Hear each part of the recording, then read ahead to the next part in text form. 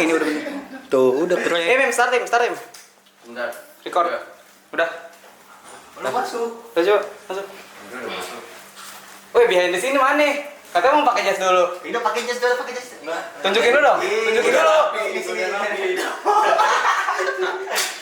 Ya kayaknya. Asik.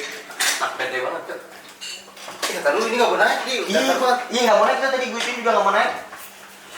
Nggak begitu dong. Nah yang ini mau nggak mau. Mau juga mau harus. Mana mau? Ini yang gusti. Oh bukan. Mau. Turun lagi. Jadi lock dulu. Nggak mau kan? Up or down. Oke. Sikat nih. Lu mau cek suara dulu nggak? Di lock dong ke dalamnya. Hah? Oh iya cek suara. Baru lagi gue stop recording. Ini stopnya mana? Ya balik lagi nih ya. Sekarang kita bertiga nih. Biasanya kan berdua. Gimana nih gue? Life after college. Setelah kuliah 1,5 tahun ke depan. Apa rencananya? Udah. Kalau gue sih maunya ke perusahaan ya. Apalagi perusahaan ini juga menjamin juga untuk jurusan gue. Ulang dah. Gue mau perkenalan nih, gue ini bener-bener di tamu. Balik lagi nih bersama kita bertiga. Nah, nama saya Muhammad Ibrahimovic. Nama saya Gusti Dharma. Saya Rido Santoso. Kita bertiga nih dari jurusan Sistem Informasi. Kuliah kita tuh di Gunadarma ya, dari kelas 3 KA 21. Kan kita kira-kira 1,5 tahun lagi kan lulus kuliah nih, ya kan? Kira-kira udah ada rencana belum sih lo orang tuh buat lulus? Wih, 1,5 tahun lagi kuliah. Ini ya, lulus kuliah ya? Iya.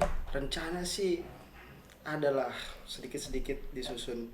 Pertama sih, ini ya kalau rencana gitu ya, ibarat kata kuliah dulu, kalau lulus kuliah kayak mau buat karya aja gitu. Apa yang bisa diimplementasikan dari saya kemarin-kemarin atau bidang saya sebelumnya diimplementasikan di kuliah saya di bidang saya saat ini. Ya kayak gitu, atau rencana-rencana kedepannya mungkin magang dulu. Magang. Magang, nyari pengalaman lah. Benar. Pak Laring ya, Pak Laring. Dari Rido sendiri gimana, Bang? Kalau gue sih minatnya di pemerintah ya. Wes, Itu government nih ya. Iya, Canggih, itu cukup berat juga sebenarnya di bagian telekomunikasi saat ini kan juga banyak sekali itu kan ancaman untuk negara kita. Oh iya benar. Berarti minatnya ke pemerintah ya? Iya, bisa itu. Kalau ente berarti ke swasta ya? Swasta, insya Allah. Swasta, amin. Waduh. Kalau Ani sendiri sih pengennya ke luar negeri sebenarnya, kerja remote.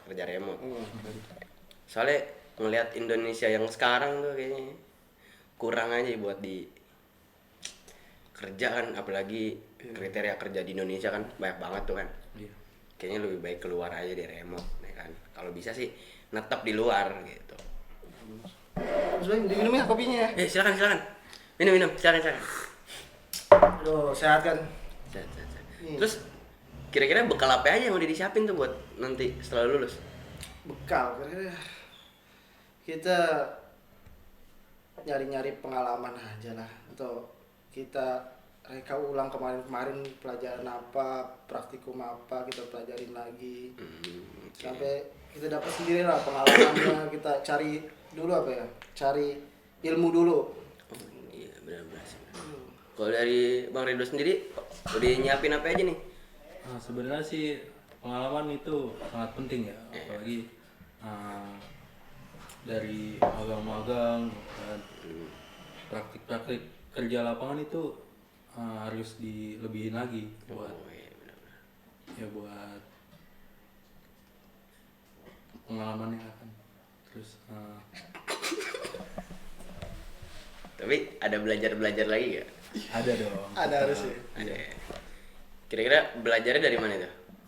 Belajarnya tetap dari itu, ngikut-ngikut.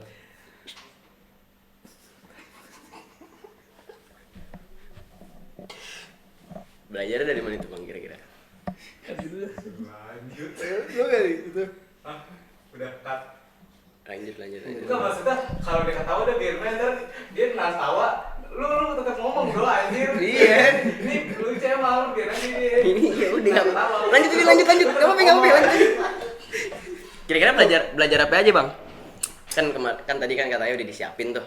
Harus banyak-banyak pakelaring ya, pengalaman, kerja segala macam. Sama yang dasar dulu ya. Apalagi kita sistem informasi gitu. Pemrograman kan memang dasar apa ya? Kayak pemrogramannya ada lah. Python gitu. Java gitu ya. Data science kan. iya. Itu kan sangat diperlukan ya di zaman sekarang kan. Iya, Begitu. betul. Ya, seperti itulah mungkin. Ini sekarang apa ya? Desain UI UX itu di zaman sekarang mungkin pekerjaan yang sangat menarik ya, karena bisa dikerjakan secara sendiri atau secara tim, di mana kita bebas berimajinasi, memberikan ide di sebuah desain gitu. Kolaboratif gitu. Kolaboratif Iya, begitu. Bang Rido udah belajar apa aja nih buat nanti setelah lulus gitu. Belajar pemrograman yang basic dan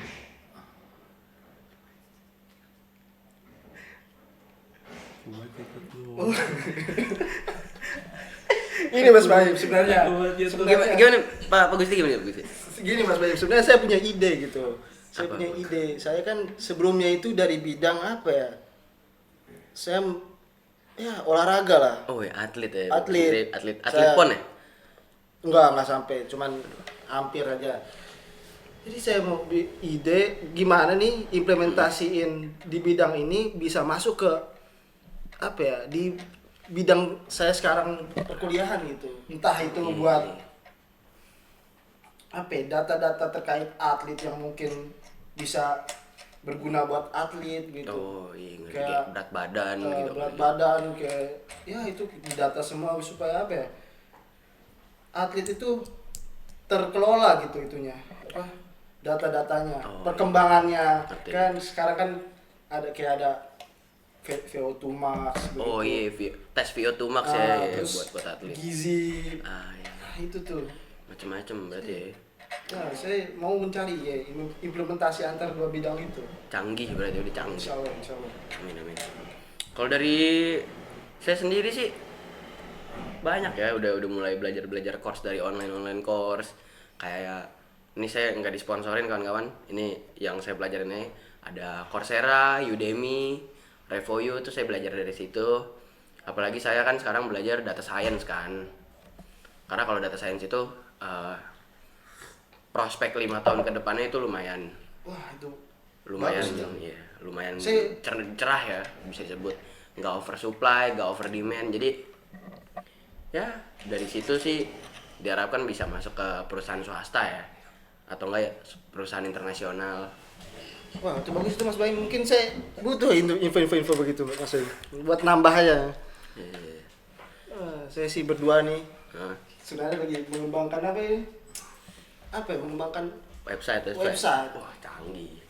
website kita kembangkan, kita akan kembangkan lah intinya.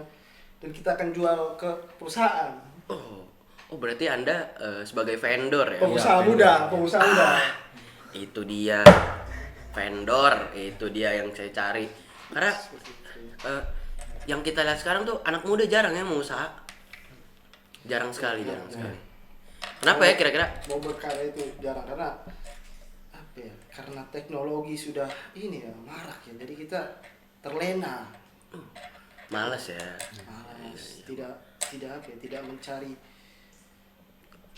ini sesuatu yang kurius bagi dia gitu, sesuatu yang penasaran. Jadi kita kurang lah. Seperti saya anak muda ini insya Allah rajin. Amin. Ya, rajin. Amin. emang harus rajin lah. Harus rajin. Kan persaingan sangat ketat sekarang ini kan. Sebaik Benar. Saingannya ketat ya, apalagi Ketat banget. kalau dilihat dari sekarang tuh teman-teman saya sendiri ya yang di Ayo yang Gundar Ayo itu rata-rata kerja remote di luar. Udah gitu pada finalis dan skill codingnya dan segala macamnya itu udah di atas rata-rata gitu sih. Itu sih yang memang jurusan ini nih, sistem informasi itu harus mengembangkan lah skill. skillnya yang dibutuhkan nanti suatu saat yang akan datang.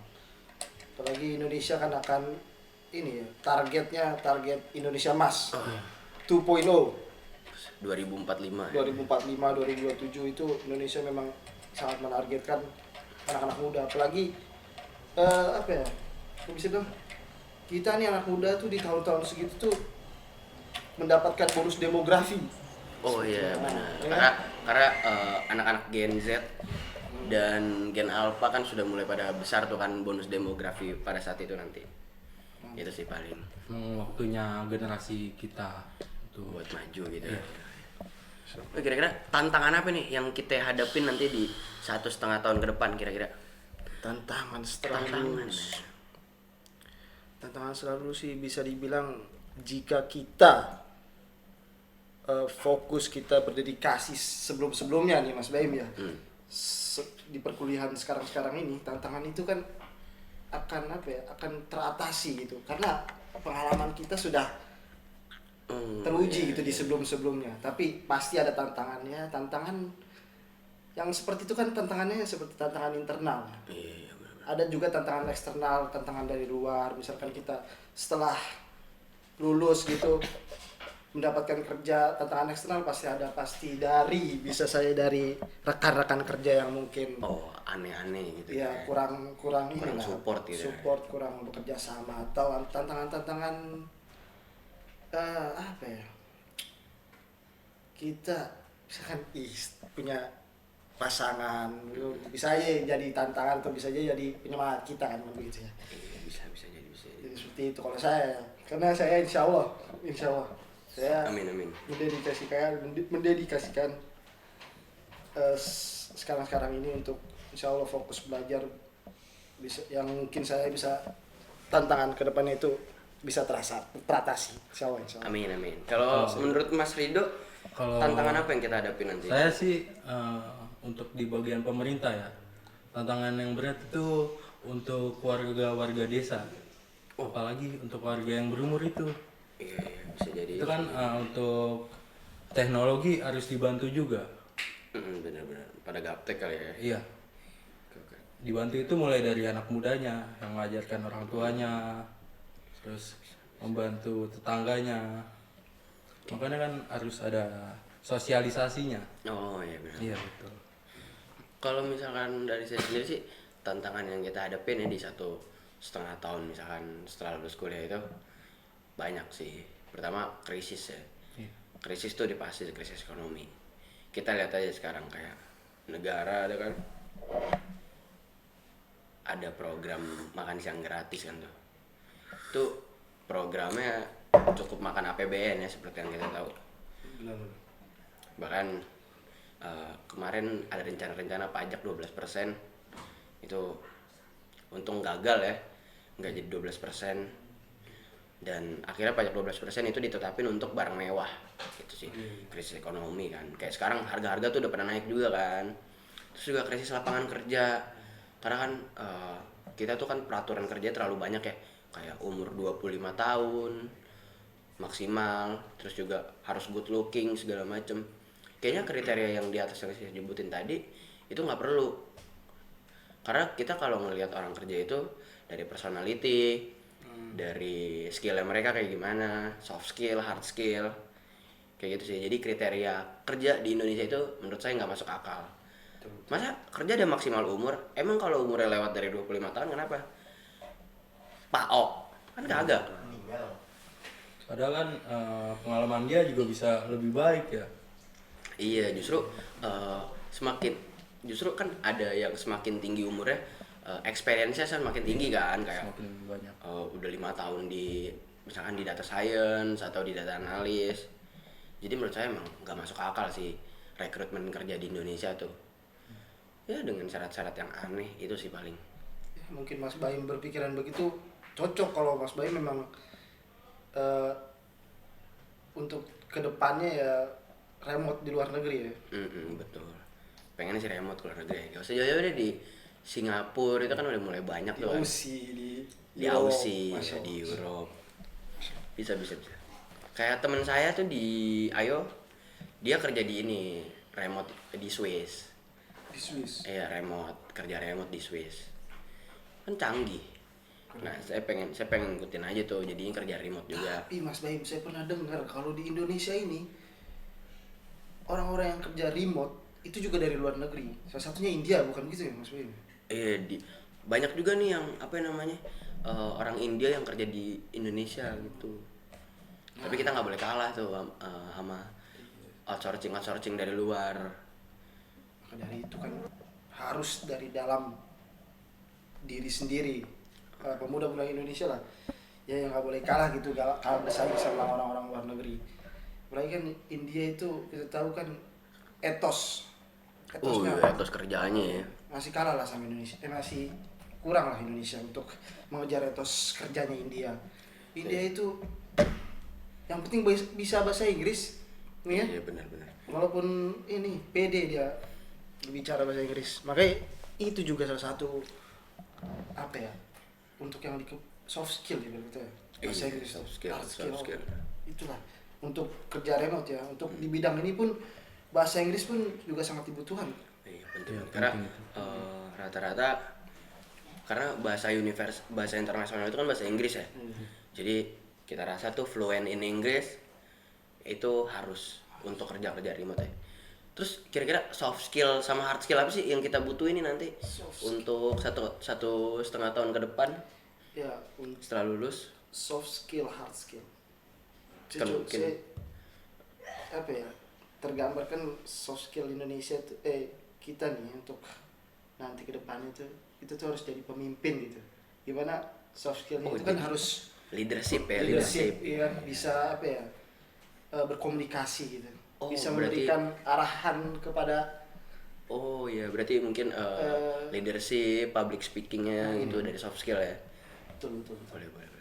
Kalau dari Mas Rido, apa aja nih Mas yang udah disiapin soft skill atau hard skill-nya mungkin? Kalau hard skill kan mungkin teknikal ya, kayak bisa coding atau bisa praktek. Dan soft skill kan misalkan kayak leadership atau apa gitu. Bisa diceritain Mas Rido? Itu sih. Kalau saya untuk komunikasi dan kerjasamanya. Berarti leadership and teamwork ya. Iya.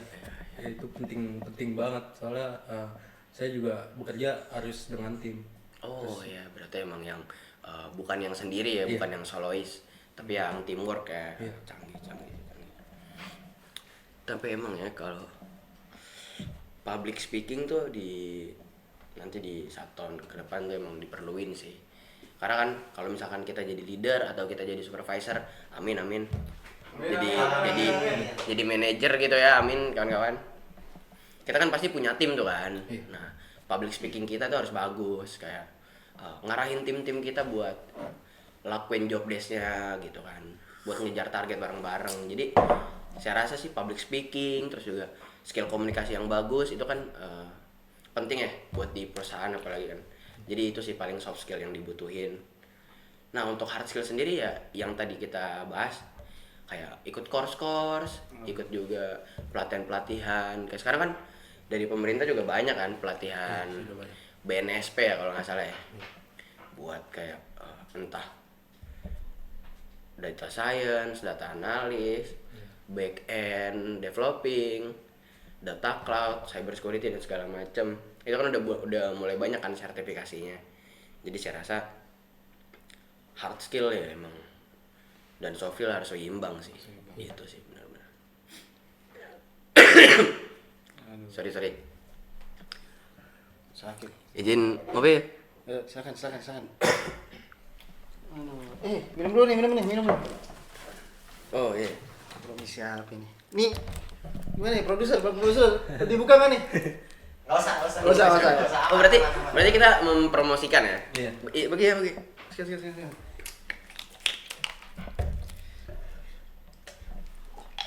Tapi untuk prospek 1,5 tahun ke depan, tapi untuk prospek 2 tahun ke depan, 1,5 tahun ke depan tuh gimana coba? Saya sih ini ya, with flow aja, mengalir aja. Cuman untuk Mana 5 tahun ke depan tuh ada. Intinya udah. saya sudah harus itu ya, bekerja di luar negeri lah. Amin. Di luar negeri di mungkin salah satu perusahaan ternama ya. Saya sebagai insya Allah di bidang inilah, atau mungkin ya rezeki di mana lah. Minum dulu. Iya, makasih. Saya nih Mas Bayu kemarin nih. Sebenarnya saya baru pulang tadi pagi tuh. Oh, kalau boleh tahu dari mana, Bapak? Abis ini ada project canggih. ini. Baru pulang naik kereta. Dari Solo ya? 10 jam, iya benar. Ya lumayan lah badan sedikit merentak. Pegel ya? Nah, biasa pengusaha muda. Oh, wajar kalau pengusaha muda. Bapak Rido kesibukannya ngapain aja nih mungkin? Sekarang sih lagi ngikutin banyak workshop ya. Wih, Apalagi kan canggih. Google juga alhamdulillah masuk ke Indonesia membantu kita kan. Oh iya, Apalagi untuk jurusan IT. Sebenarnya GD ada ya di kampus GDOC. Iya, betul sekali. Kayak di Gunadarma tuh ada namanya GDOC Gunadarma Cloud Developer Google kan.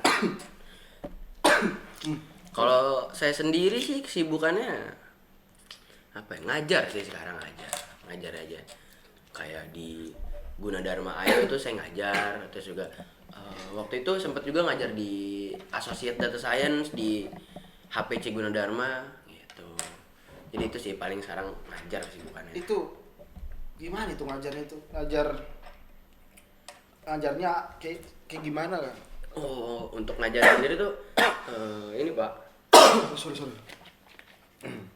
ngajar anak-anak murid yang ikut kayak kita di semester 1 kan ada ini kan, saya lupa namanya. Labcom. Bukan Labcom. Matkul unggulan. Oh. Yang kita pakai Jupyter Notebook waktu itu. Nah, ya itu saya ngajar yang itu kebetulan. Jadi ngajar kursus sih sebenarnya. Jadi yang misalkan kayak kelas 3K kayak kita nih 3K21 ikut kursus gitu. Kursus data science. Nah, itu saya ngajar waktu itu gitu. Untuk IO sendiri ngajarnya ada di weekly class. Gitu. Jadi tiap minggu itu kita punya kelas di hari Kamis jam 7 sampai jam 9 malam. Nah, itu di situ ada. Itu sih paling. Jadi ngajarin kayak kalau saya sendiri kan ngambilnya data analis ya di weekly class di Gunadarma Ayo. Jadi ya itu saya ngajarnya di data analis gitu. Nggak kerasa ya, udah mau semester. Oh iya, udah mau semester 6 ya Pak Rido, Pak Gusti. Ternyata sudah kita juga cukup semakin tua kali ya. Sudah pertengahan juga ini, kita selesai sebentar lagi. Ada apa nih di semester 6? Kalau saya dengar-dengar sih dari kemarin-kemarin di semester 6 tuh kita bakal pembagian dosen pembimbing ya, karena kita mau penelitian ilmiah atau PI ya. Kayak misalkan kayak misalkan ini kemarin saya dari teman saya, sebut aja namanya Mario ya. Dari Mario itu bilangnya nanti di awal semester 6 itu kita harus ngecek BAAK untuk lihat pembagian dosen pembimbing. Itu nanti kayaknya mungkin bakal lebih hektik kali ya, lebih sibuk. Dosen pembimbing untuk penulisan ilmiah. Iya benar. Coba, penulisan ilmiah itu apakah bisa menjadi langkah gitu buat apa ya? Secara kan ini penulisan ilmiah untuk ke jenjang mungkin ke semester depannya lalu membuat skripsi. Penulisan ilmiah ini bisa jadi jenjang apa ya? Kita menulis karya yang bagus apakah tidak? Mungkin sebagai proyek kali ya. Karena untuk sebenarnya untuk rekrutmen juga kita tuh butuh portofolio. Kayak misalkan kita udah pernah bikin proyek apa aja nih, nanti kita masukin di portofolio kita. Jadi HRD tuh mungkin lebih minat karena kita punya portofolio yang bagus gitu kan. Kalau Bapak sendiri udah pada bikin portofolio belum? Untuk nanti kedepannya setelah lulus tuh. Oh, sudah. Oh, udah ada ya berarti ya. Keren. Bapak Rido sendiri udah punya portofolio, Bapak? Sudah beberapa dan itu juga ada yang berhasil dan ada juga yang tidak. Oh, oke, wajar. Sebenarnya portofolio itu penting ya, kalau yang kita tahu. Karena saya sendiri tuh kalau tiap ada proyek itu selalu dimasukin ke portofolio gitu, ke portofolio pribadi. Saya juga ada website buat portofolio saya, cuman belum deploy, jadi mungkin nanti saya cantumin kali ya linknya. Iya. Ini sih paling. Taruh kawan, sedikit break dulu ya, minum dulu. Silakan sih. Panas hari ini. Weekend. Enak ya hari Minggu sore. Besok ini libur panjang ya. Oh iya, libur panjang ya. Libur panjang. Apa? Mungkin Bapak sendiri mau jalan-jalan kemana gitu? Jalan, saya ada niat jalan-jalan buat ke pantai untuk refresh. Wes. Karena hektik kan. Kita sudah Dan Selasanya pun juga akan hektik. Karena itu butuh lah refresh otak gitu. Bapak Rido sendiri kira-kira ada rencana liburan belum? Ini kan ceritanya kayaknya long weekend ya, mulai dari iya 29. Kurang lebih 5 hari lah kita bisa libur. Iya. Ada rencana nggak Bapak Rido mau pergi-pergi gitu? Rencana sih kayaknya enak ya ke Bogor kita. Ke tempat yang sejuk-sejuk gitu. Oh, dingin. ngelihat ini ya, pegunungan kali ya. Boleh. Itu enak banget sejuk mas. Kita nggak jadi. Kenapa Bapak sih tadi? Silakan. Tidak jadi. Oh, tidak Ini jadi. tidak elok untuk Ceritakan. Oh iya, baik-baik apa-apa. Kalau saya sendiri sih kayaknya ini kan 29 kita kan Isra Mi'raj saya libur ya. Iya. Selasa tapi kan kejepit banget tuh. Kebetulan kita libur Selasa juga, Rebo, terus juga Kamis ya. Nah, kita sih saya sendiri sih pengennya iseng aja ya di rumah gitu kan. Enggak keluar-keluar kemana-mana. Paling ngeteh ya, pengen ngeteh aja sih, ngeteh di rumah santai. Ngeteh. Sambil ngeliatin kereta gitu kali ya. Oh iya, kita kan ke pub. oh Where's the iya pub? asik tuh. Cuman kayak di Jakarta kayak agak jarang ya. Kayaknya pub itu kebanyakan di Inggris dan Europe kali ya. Kalau Kayaknya enggak susah. Mas Bayu bisa ke Ancol tuh enak. Oh iya dekat dari Ancol. rumah ya. Iya, deket kan dari rumah. Asik sih, asik. Asik. Tapi kayaknya emang pasti padat sih Pak kalau Oh, iya. Ancol, kalau jam-jam kalau hari-hari Minggu panjang gitu kan. Iya.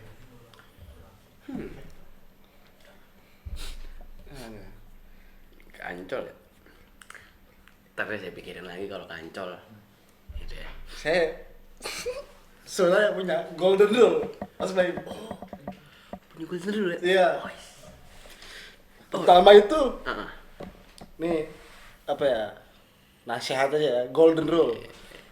Yang pertama tuh kita harus berniat baik kepada usaha, rezeki dan orang lain. Itu harus niat baik kita. Oh iya. Oh berarti Bapak sebagai pengusaha muda yang punya PT ya Bapak ya? Nama PT Bapak apa? Golden rule. Nama PT Golden Nama Rule. PT-nya. Aturan Mas Golden Rule. Oh enggak. Nama PT Bapak? Golden Rule. Oh Golden Rule. Iya. Oke. Emang sebenarnya di sini intermezzo aja ya biar lucu. Dan nggak tegang-tegang banget karena kita kan podcast santai gitu kan. Bapak Obe, silakan dilanjutin. Kedua itu Apa itu golden rule gitu kan? Tadi yang kita tahu yang pertama itu berniat baik kepada usaha, rezeki dan orang lain. kedua itu Ya. perlakukan orang lain seperti Anda ingin diperlakukan. Oh, berarti maksud dari aturan kedua dari golden rule itu kita tuh misalkan pengen diperlakukan sama orang baik. Berarti kita harus memperlakukan orang itu juga dengan baik kan? Ya. Oke. Silakan lanjut di Lalu aturannya. bertiga itu kepercayaan itu harus dibangun, bukan dipaksakan. Wah, ini nih sebenarnya ya. Kalau Bapak Rido gimana itu Bapak Rido? Menurut Bapak Rido kepercayaan itu harus dibangun, bukan dipaksakan. Untuk kepercayaan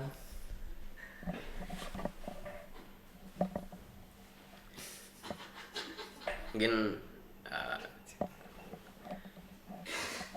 silakan Bapak Rido tanggapannya. Ini kami itu ketawa-tawa emang biar santai aja ya. Saya ini sebenarnya punya hadiah buat Mas Bayu. Wih, canggih. Saya ini setelah baca buku ini nih, Apa itu? Never Too Young to Become a Billionaire. Ini saya ini Baik siapa tuh Pak kalau bisa? Yasa Singgi. Sorry. Ya, Itu ingin menghadiahkan ini kepada baca buku ini ya. Never Too Young to Become a Billionaire by Yasa Singgi. Mau dicoba. Dan ini nih, aduh, ada 2 lagi nih, karena saya insya Allah Kalian harus baca nih ya, Never Too Young to Become a Billionaire by Yasa Singgi.